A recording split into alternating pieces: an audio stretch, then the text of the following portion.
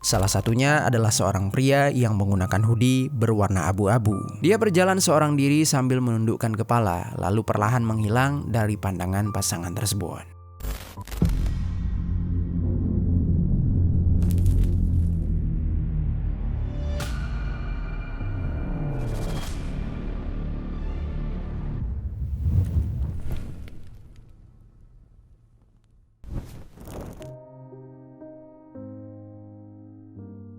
Halo pendengar kisah, selamat datang kembali di channel ini, tempat di mana kami akan membahas kisah-kisah kriminal nyata yang terjadi di seluruh dunia. Kami berharap semoga kalian semua dalam keadaan sehat walafiat dan dijauhkan dari mara bahaya. Hari ini kami akan membahas sebuah kasus pembunuhan yang hampir dianggap sebagai kasus kecelakaan oleh pihak kepolisian India. Seorang pebisnis kaya raya ditemukan tewas mengenaskan di sebuah jurang yang terdapat di benteng bernama Lohagan. Keluarga melihat suatu kejanggalan dalam kematiannya, sehingga arah penyelidikan pun berubah seketika.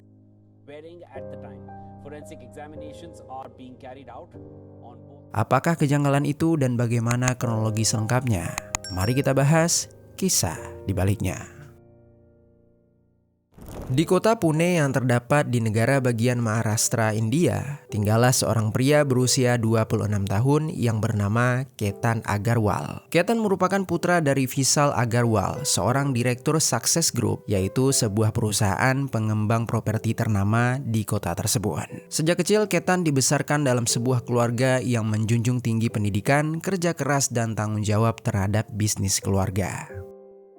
Meski berasal dari keluarga yang berada, Ketan dikenal sebagai pribadi yang rendah hati, mudah bergaul, dan tidak suka memamerkan kekayaan keluarganya. Setelah menyelesaikan pendidikan di kota Pune, dia melanjutkan studi Bachelor of Business Administration di Symbiosis International University. Lalu setelah itu, dia memperdalam lagi ilmu kewirausahaannya di Babson College yang berada di Amerika Serikat.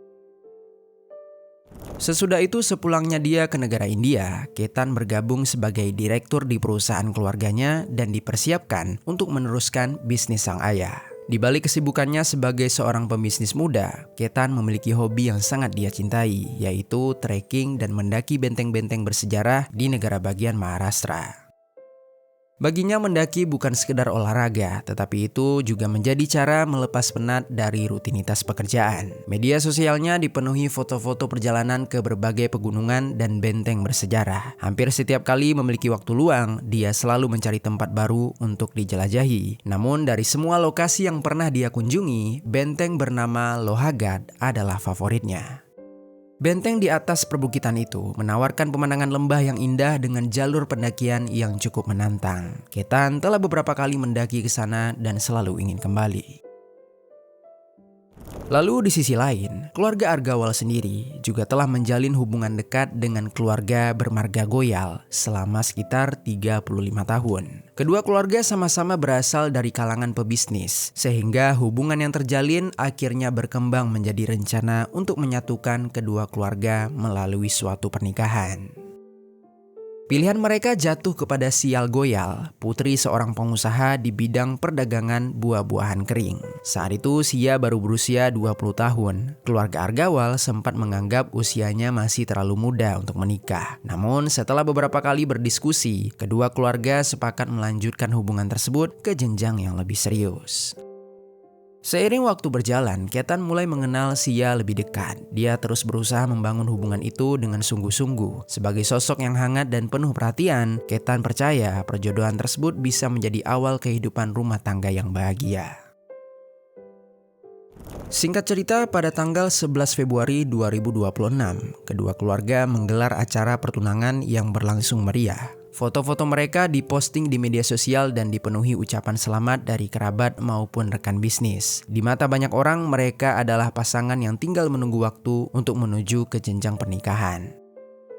Tak lama kemudian, kedua keluarga mulai mempersiapkan pesta pernikahan yang dijadwalkan berlangsung pada bulan November 2026 di sebuah istana di wilayah Rajasthan. Setelah pertunangan itu, hubungan Ketan dan Sia terlihat semakin dekat. Di sela kesibukannya mengurus perusahaan keluarga, Ketan selalu berusaha meluangkan waktu untuk calon istrinya. Dia ingin memperkenalkan Sia pada dunia yang selama ini menjadi bagian dari hidupnya, termasuk hobinya yaitu mendaki benteng-benteng bersejarah di Maharashtra. Kemudian tibalah pada tanggal 31 Mei 2026. Ketan di saat itu mengajak Sia untuk mendaki benteng Lohagat, tempat favoritnya sejak lama. Pagi itu cuaca di kawasan perbukitan itu cukup cerah. Jalur pendakian dipenuhi wisatawan yang memanfaatkan akhir pekan untuk menikmati udara pegunungan. Sesekali mereka berhenti untuk beristirahat, mengambil foto dan menikmati pemandangan di sepanjang perjalanan menuju puncak. Selama mendaki, pembicaraan mereka berkisar seputar rencana pernikahan. Mereka membahas dekorasi, daftar tamu, hingga rencana tempat bulan madu nantinya. Ketan bahkan bercerita bahwa setelah menikah nanti, dia ingin mengajak Sia untuk menjelajahi lebih banyak benteng yang ada di Maharashtra, agar hobi itu bisa mereka nikmati bersama. Sekitar 1 jam kemudian, mereka pun tiba di area benteng. Hamparan lembah hijau terbentang luas, sementara angin pegunungan membuat suasana terasa tenang. Sia beberapa kali mengeluarkan ponselnya untuk memotret Ketan. Dia meminta tunangannya berdiri di beberapa titik dengan latar belakang pegunungan. Ketan pun menurut. Tak lama kemudian, mereka berjalan ke salah satu sisi benteng yang langsung berbatasan dengan jurang. Sia kembali mengangkat ponselnya. Menurutnya, sudut itu akan menghasilkan foto yang lebih bagus. Sia meminta Ketan bergeser sedikit ke kiri, lalu maju selangkah agar seluruh latar pegunungan masuk ke dalam frame kamera handphonenya. Ketan mengikuti setiap arahan, namun ketika perhatiannya tertuju ke hamparan lembah yang ada di depan, tubuh Ketan tiba-tiba terdorong dari belakang. Ketan kehilangan keseimbangan dan meluncur menuruni lereng berbatu menuju jurang.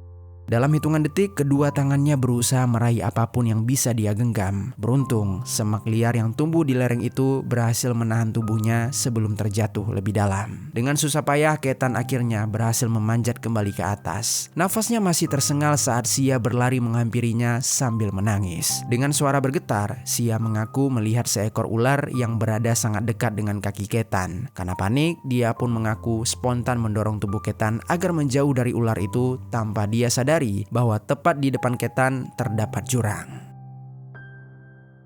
Entah bagaimana detail penjelasan tersebut, yang jelas Ketan sama sekali tidak curiga. Dia justru memeluk Sia yang terus menangis dan mengatakan bahwa semua itu hanyalah kecelakaan. Setelah kondisi membaik, mereka memutuskan mengakhiri pendakian dan kembali ke kota Pune. Di sepanjang perjalanan, Sia berkali-kali meminta maaf karena merasa hampir menyebabkan tunangannya kehilangan nyawa.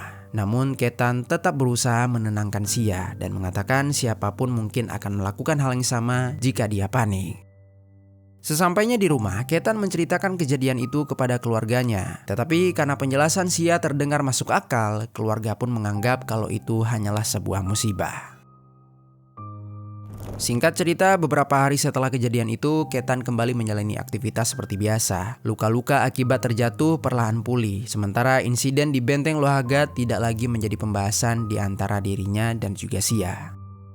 Kemudian, di tengah kesibukan mempersiapkan pernikahan, Ketan dan keluarganya ternyata saat itu telah merencanakan akan berlibur ke Pulau Bali yang terletak di Indonesia. Perjalanan itu menjadi salah satu momen yang paling mereka nantikan sebelum memasuki rangkaian persiapan pernikahan yang semakin padat. Tetapi beberapa hari sebelum keberangkatan, Ketan tiba-tiba saja menyadari kalau paspornya telah hilang. Dia bersama keluarganya berusaha terus mencari ke berbagai tempat, tetapi paspor tersebut tidak pernah ditemukan.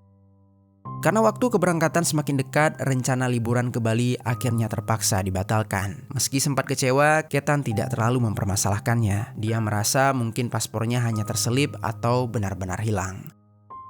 Setelah membatalkan perjalanan itu, dia pun kembali menjalani aktivitas sambil melanjutkan berbagai persiapan menuju hari pernikahan. Kemudian pada tanggal 14 Juni 2026, Sia kembali mengajak Ketan ke benteng Lohagat. Menurutnya, mereka belum sempat menikmati suasana benteng karena kunjungan sebelumnya berakhir setelah insiden yang hampir merenggut nyawa Ketan. Ketan pun menyetujui. Pagi itu mereka kembali mendaki menuju benteng. Namun berbeda dengan kunjungan sebelumnya, kawasan tersebut ternyata sangat dipenuhi pengunjung yang sedang berwisata dan berfoto. Mereka menghabiskan beberapa waktu untuk menikmati pemandangan sebelum akhirnya memutuskan kembali ke wilayah Pune. Bagi Ketan, hari itu hanyalah akhir pekan bersama calon istrinya. Tetapi bagi Sia, ada sesuatu hal yang gagal dia lakukan. 4 hari berselang, pada tanggal 18 Juni 2026, Ketan telah menyiapkan sebuah kejutan untuk ulang tahun Sia yang jatuh keesokan harinya. Dia berencana mengajaknya berlibur ke kota Mahabaleshwar agar mereka bisa merayakan ulang tahun sekaligus menikmati waktu bersama sebelum disibukkan oleh persiapan pernikahan. Sebelum berangkat, Sia mengajukan satu permintaan. Dia sangat ingin mampir terlebih dahulu ke benteng Lohagat untuk mengambil beberapa foto. Menurutnya, mereka belum memiliki banyak foto bersama di tempat favorit Ketan tersebut. Entah kenapa Ketan pun menyetujuinya. Baginya singgah sejenak di benteng Lohagat bukanlah suatu masalah. Setelah mengambil beberapa foto, mereka masih memiliki cukup waktu untuk melanjutkan perjalanan ke kota Mahabaleshwar. Pagi itu mereka tiba di benteng Lohagat saat cuaca masih cukup cerah. Jumlah pengunjung tidak seramai akhir pekan sebelumnya. Keduanya kemudian berjalan menuju area benteng. Di sepanjang perjalanan, mereka berpapasan dengan beberapa pendaki. Salah satunya adalah seorang pria yang menggunakan hoodie berwarna abu-abu. Dia berjalan seorang diri sambil menundukkan kepala, lalu perlahan menghilang dari pandangan pasangan tersebut. Ketan dan Sia tidak terlalu memperhatikannya. Mereka terus berjalan menuju salah satu sisi benteng yang menghadap langsung ke hamparan lembah. Sesampainya di sana, Sia kembali mengeluarkan ponselnya. Dia meminta kepada Ketan berdiri di beberapa titik sambil mengambil foto dari berbagai sudut. Sesekali Sia menghampiri Ketan untuk memperbaiki posisinya, lalu kembali mundur beberapa langkah. Namun menurut Sia, hasil fotonya masih belum sesuai. Dia meminta Ketan bergeser sedikit ke kiri, kemudian maju selangkah, lalu sedikit lebih dekat ke arah tepian. Tanpa curiga, Ketan mengikuti setiap arahan tersebut. Dia berdiri menghadap lembah sambil menunggu Sia mengambil foto. Beberapa saat kemudian, Sia pun menurunkan ponselnya. Dia berjalan beberapa langkah menjauh, lalu duduk di atas sebuah batu yang berada tidak jauh dari tempat Ketan berdiri. Dari posisi itu, Sia kembali mengangkat ponselnya seolah masih bersiap mengambil sebuah gambar. Beberapa detik kemudian, hampir bersamaan, terdengar langkah kaki dari arah belakang Ketan. Sebelum sempat menoleh, tubuh Ketan tiba-tiba terdorong dengan keras. Ketan kehilangan keseimbangan. Dia berusaha meraih apapun yang berada di sekitarnya. Namun kali ini, tidak ada semak maupun ranting yang mampu menahan tubuhnya yang terus berguling. Tubuh Ketan meluncur menuruni lereng berbatu hingga akhirnya jatuh ke dasar jurang. Beberapa meter dari tempat Ketan berdiri, seorang pria yang memakai hoodie berwarna abu-abu tampak berlari meninggalkan kawasan benteng tersebut. Sementara itu, Sia langsung berteriak histeris meminta pertolongan. Teriakannya menarik perhatian para pendaki di sekitaran lokasi. Beberapa orang segera berlari ke bibir jurang, sementara yang lain menghubungi petugas penyelaman. Tak lama kemudian, tim penyelamat tiba dan langsung melakukan pencarian. Medan yang curam membuat proses evakuasi berlangsung sulit. Petugas harus menuruni lereng berbatu menggunakan tali pengaman untuk mencapai lokasi korban. Setelah beberapa waktu melakukan pencarian, tubuh Ketan akhirnya ditemukan di sebuah dasar jurang. Ketan pun kemudian dievakuasi dan segera dibawa ke fasilitas kesehatan terdekat. Namun akibat luka parah yang dialaminya, nyawa Ketan tidak berhasil diselamatkan. Ketika jenazah Ketan berhasil dievakuasi dari jurang, hampir semua orang di saat itu menganggap kematiannya sebagai kecelakaan. Ketan dikenal gemar mendaki, bahkan telah beberapa kali mengunjungi benteng Lohagat tersebut. Sementara itu, satu-satunya orang yang berada bersamanya saat kejadian adalah Sia Goyal. Di hadapan para pendaki, petugas penyelamat hingga keluarga Ketan, Sia tampak begitu syok. Dia menangis histeris sambil menjelaskan bahwa Ketan terjatuh saat mereka sedang berfoto-foto di tepi benteng. Penjelasan itu awalnya terdengar masuk akal. Medan benteng Lohagat memang curam dan kecelakaan pendaki bukanlah hal yang belum pernah terjadi di sana. Karena itu, polisi pada awalnya menangani kasus tersebut sebagai dugaan suatu kecelakaan. Namun, beberapa hari setelah pemakaman, keluarga Ketan, khususnya kakak kandungnya, mulai mempertanyakan kembali apa yang sebenarnya terjadi di benteng Lohagat tersebut. Mereka meminta Xia menceritakan kembali detik-detik sebelum Ketan terjatuh. Pada awalnya, keterangan tersebut terdengar sama seperti yang dia sampaikan kepada polisi. Namun, semakin banyak pertanyaan-pertanyaan yang diajukan, keluarga mulai menyadari adanya ketidakkonsistenan dalam pernyataan Xia. Namun, semakin banyak pertanyaan yang diajukan, keluarga mulai menyadari adanya ketidakkonsistenan. Penjelasan mengenai posisi Ketan, urutan kejadian, hingga bagaimana dia bisa terjatuh tidak lagi selalu konsisten. Kecurigaan keluarga semakin kuat karena mengingat Ketan bukanlah pendaki pemula. Dia sangat mengenal medan Benteng Lohagat dan juga telah beberapa kali mendaki di sana. Merasa ada kejanggalan yang belum terjawab, keluarga akhirnya melaporkan kecurigaan tersebut kepada pihak kepolisian. Laporan itulah yang kemudian mengubah arah penyelidikan. Kasus yang semulanya dianggap kecelakaan, kini mulai diselidiki sebagai dugaan pembunuhan.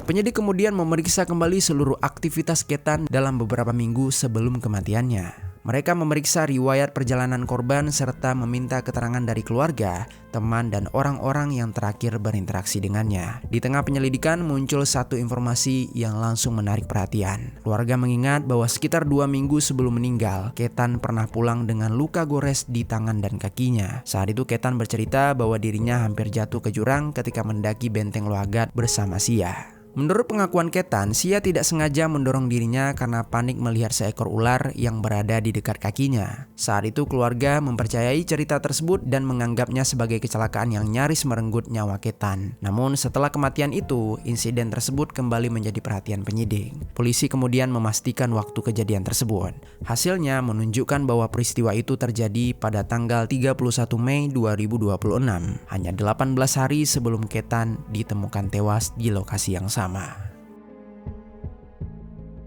Temuan itu membuat penyidik melihat pola yang tidak biasa. Pemeriksaan pun diperluas. Polisi kemudian menemukan fakta bahwa pada tanggal 14 Juni 2026, Ketan dan Xia sempat kembali mendatangi Benteng Lohagat. Artinya dalam waktu kurang dari 3 minggu, pasangan itu telah 3 kali mengunjungi benteng yang sama. Temuan tersebut memunculkan pertanyaan baru. Mengapa mereka harus kembali ke lokasi yang sama padahal pada kunjungan pertama, Ketan nyaris kehilangan nyawa? Berdasarkan seluruh temuan itu, penyidik mulai menduga bahwa insiden pada tanggal 31 Mei bukanlah kecelakaan. Mereka meyakini peristiwa tersebut merupakan percobaan pertama untuk menghabisi nyawa Ketan yang gagal setelah tubuh korban tertahan semak di lereng jurang. Sementara itu, kunjungan pada tanggal 14 Juni juga menjadi perhatian. Menurut penyidik, rencana yang diduga telah disusun untuk hari itu akhirnya tidak dijalankan karena kawasan benteng dipenuhi pengunjung sehingga dianggap terlalu berisiko. Dua temuan tersebut kemudian mengubah arah penyelidikan secara drastis. Apa yang semula tampak sebagai kecelakaan, kini mulai terlihat sebagai rangkaian peristiwa yang saling berkaitan. Namun masih ada satu pertanyaan yang belum terjawab. Jika dugaan itu benar, apakah Xia bertindak seorang diri? Untuk menjawab itu, penyidik kembali memusatkan perhatian pada kejadian tanggal 18 Juni. Mereka mengumpulkan rekaman CCTV di sekitaran jalur menuju Benteng Lohagat untuk menyusun kembali pergerakan Ketan dan Xia. Dari rekaman tersebut, keduanya terlihat memasuki kawasan benteng pada pagi hari dan berjalan berdampingan menuju jalur pendakian. Namun beberapa saat kemudian, perhatian penyidik tertuju pada sosok lain. Seorang pria yang memakai hoodie berwarna abu-abu terlihat berjalan di jalur yang sama. Sekilas penampilannya tidak mencurigakan. Dia tampak seperti pendaki lain yang datang menikmati suasana Benteng Lohagat. Namun setelah seluruh rekaman diperiksa, polisi menemukan kalau pria itu beberapa kali muncul di titik yang berbeda sebelum akhirnya menghilang dari jangkauan kamera. Penyidik kemudian mengumpulkan rekaman tambahan, mencocokkan waktu kemunculan pria berhoodie itu, serta meminta keterangan dari sejumlah saksi yang berada di kawasan Benteng Lohagat pada hari kejadian. Meski begitu, identitas pria tersebut masih belum berhasil dipastikan. Untuk pertama kalinya, polisi mulai mempertimbangkan kemungkinan bahwa Ketan tidak hanya berada berdua dengan Xia saat insiden itu terjadi. Penyidik kemudian memperluas penyelidikannya. Mereka kemudian memeriksa orang-orang yang diketahui memiliki hubungan dekat dengan Ketan maupun Xia. Riwayat komunikasi, data digital, hingga aktivitas beberapa hari sebelum kejadian ikut diperiksa. Di tengah proses itu, perhatian polisi justru tertuju pada handphone milik Xia. Dari hasil forensik digital, penyidik menemukan bahwa dalam beberapa bulan sebelum kematian Ketan, Xia sangat intens berkomunikasi dengan seorang pria bernama Chetan Chowdhury. Frekuensi komunikasi mereka jauh melampaui hubungan pertemanan biasa. Tercatat ada ratusan panggilan telepon dan juga pesan dalam kurun waktu tersebut. Temuan itu membuat polisi untuk mendalami siapa sebenarnya Chetan Caudhary. Keberadaan Chetan di tanggal 18 Juni 2026. Data lokasi dari HP-nya menunjukkan bahwa perangkat tersebut berada di kantornya di wilayah Pune sepanjang hari. Sekilas data itu justru memperkuatkan alibi Chetan. Jika ponselnya berada di kantor, seharusnya Chetan tidak mungkin berada di Benteng Lohagat pada waktu yang sama. Namun penyidik tidak berhenti sampai di situ. Mereka menemukan satu kejanggalan. Pada rentan waktu yang bertepatan dengan kematian Chetan, aktivitas internet pada ponsel Chetan tiba-tiba berhenti. Temuan itu mendorong polisi mendatangi kantor tempat Chetan bekerja. Rekan-rekan kerjanya dimintai keterangan, sementara rekaman CCTV di lingkungan kantor kembali diperiksa. Dari pemeriksaan tersebut, salah seorang rekan kerja mengaku bahwa pagi itu Chetan sempat meminjam telepon genggam miliknya. Keterangan itu segera ditindaklanjuti. Penyidik kemudian melacak lokasi ponsel milik rekan kerja tersebut. Hasilnya sangat mengejutkan. Pada waktu yang hampir bersamaan dengan kematian Chetan, perangkat itu justru berada di kawasan Benteng Lohagat. Polisi menduga Chetan sengaja meninggalkan HP-nya di kantor untuk menciptakan sebuah alibi. Penyelidikan kemudian diperluas dengan mencocokkan rekaman CCTV dan juga berbagai bukti digital lainnya. Hasilnya, penyidik akhirnya berhasil mengidentifikasi bahwa pria berhoodie yang terekam di kawasan Benteng Lohagat pada tanggal 18 Juni itu adalah Chetan Caudhary. Penyidik kemudian memeriksa latar belakang dari Chetan Caudhary dan juga Sia Goyal. Dari hasil pemeriksaan HP, keterangan para saksi, dan juga berbagai bukti digital, polisi menduga kalau mereka telah menjalin sebuah hubungan asmara bahkan sebelum Sia bertunangan dengan Chetan. Temuan itu lalu memunculkan pertanyaan baru. Jika Sia masih menjalin hubungan dengan Chetan, mengapa dia tetap melanjutkan pertunangannya dengan Chetan? Untuk menjawabnya, penyidik memeriksa hubungan antar keluarga Argawal dan juga keluarga Goyal. Mereka akhirnya mengetahui kedua keluarga telah menjalin hubungan dekat selama puluhan tahun. Hubungan itu bukan hanya sebatas pertemanan, tetapi juga kerjasama bisnis yang telah berlangsung lama.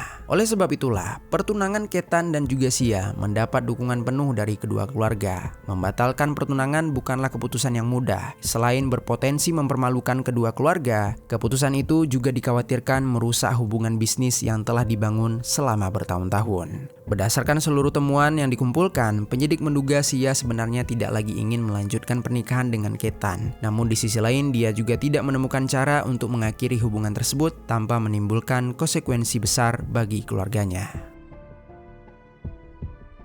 Untuk memperkuat dugaan kalau ini adalah pembunuhan berencana, polisi kembali memeriksa seluruh barang bukti digital yang berhasil diamankan selama penyelidikan. Penyidik di saat itu menemukan dugaan aktivitas pencarian di internet mengenai metode pembunuhan, penggunaan racun hingga cara membuat kematian tampak seperti kecelakaan yang terdapat di Google pencarian milik Chetan. Temuan itu memang tidak dapat berdiri sendiri sebagai bukti pembunuhan berencana. Namun menurut polisi, aktivitas tersebut menjadi petunjuk penting yang memperkuat arah penyelidikan. Pemeriksaan digital kemudian mengungkapkan temuan lain. Sebelum hari kejadian, kedua tersangka diduga beberapa kali mempelajari video mengenai Benteng Lohagat yang terdapat di platform YouTube. Menurut dugaan, video-video itu digunakan untuk mempelajari jalur pendakian, kondisi medan, hingga titik-titik yang berbatasan langsung dengan jurang. Di tengah penyelidikan, polisi juga kembali menyoroti hilangnya paspor milik Chetan. Beberapa minggu sebelum meninggal, paspor itu dilaporkan hilang hingga membuat rencana liburan keluarganya ke Pulau Bali terpaksa dibatalkan. Saat itu, Chetan dan keluarganya menganggap kejadian tersebut hanyalah kebetulan. Namun setelah seluruh rangkaian penyelidikan mulai tersusun, peristiwa itu kembali menjadi perhatian. Polisi menduga paspor tersebut sengaja dihilangkan agar Chetan tidak jadi berpergian ke luar negeri. Menurut penyidik, apabila perjalanan itu tetap berlangsung, rencana yang diduga telah disusun sebelumnya beresiko gagal dijalankan. Sebelum kematian Chetan, Sia dan Chetan sempat bertemu di sebuah kedai kopi di kota Pune. Pertemuan itu terekam CCTV dan terjadi hanya beberapa jam sebelum keduanya menjalankan aktivitas masing-masing keesokan harinya. Meski isi percakapan mereka tidak pernah diketahui, penyidik menduga pertemuan tersebut merupakan persiapan terakhir sebelum menuju ke kematian Chetan. masih ada satu tahapan yang harus dilakukan untuk menguji seluruh dugaan. Polisi membawa kedua terduga pelaku kembali ke Benteng Lohagat untuk menjalani rekonstruksi. Keduanya diminta untuk memperagakan setiap tahapan yang diduga terjadi pada tanggal 18 Juni. Mulai dari jalur yang mereka lalui, lokasi tempat Ketan berdiri, hingga posisi masing-masing sebelum korban terjatuh ke jurang. Di tengah rekonstruksi, perhatian penyidik kembali tertuju pada satu tindakan yang sebelumnya tampak tidak berarti. Sebelum Ketan terjatuh, Sia diketahui sempat berjalan menjauh lalu duduk di atas sebuah batu yang berada tak jauh dari Ketan. Menurut dugaan, Sia sengaja duduk di atas batu tersebut sebagai isyarat kepada Cetan bahwa Ketan telah berada di posisi yang mereka inginkan. Tak lama kemudian, Cetan diduga mendekati Ketan dari arah belakang sebelum akhirnya mendorong pria tersebut hingga terjatuh ke jurang. Penyidik kemudian mencocokkan dugaan itu dengan kondisi medan di lokasi kejadian.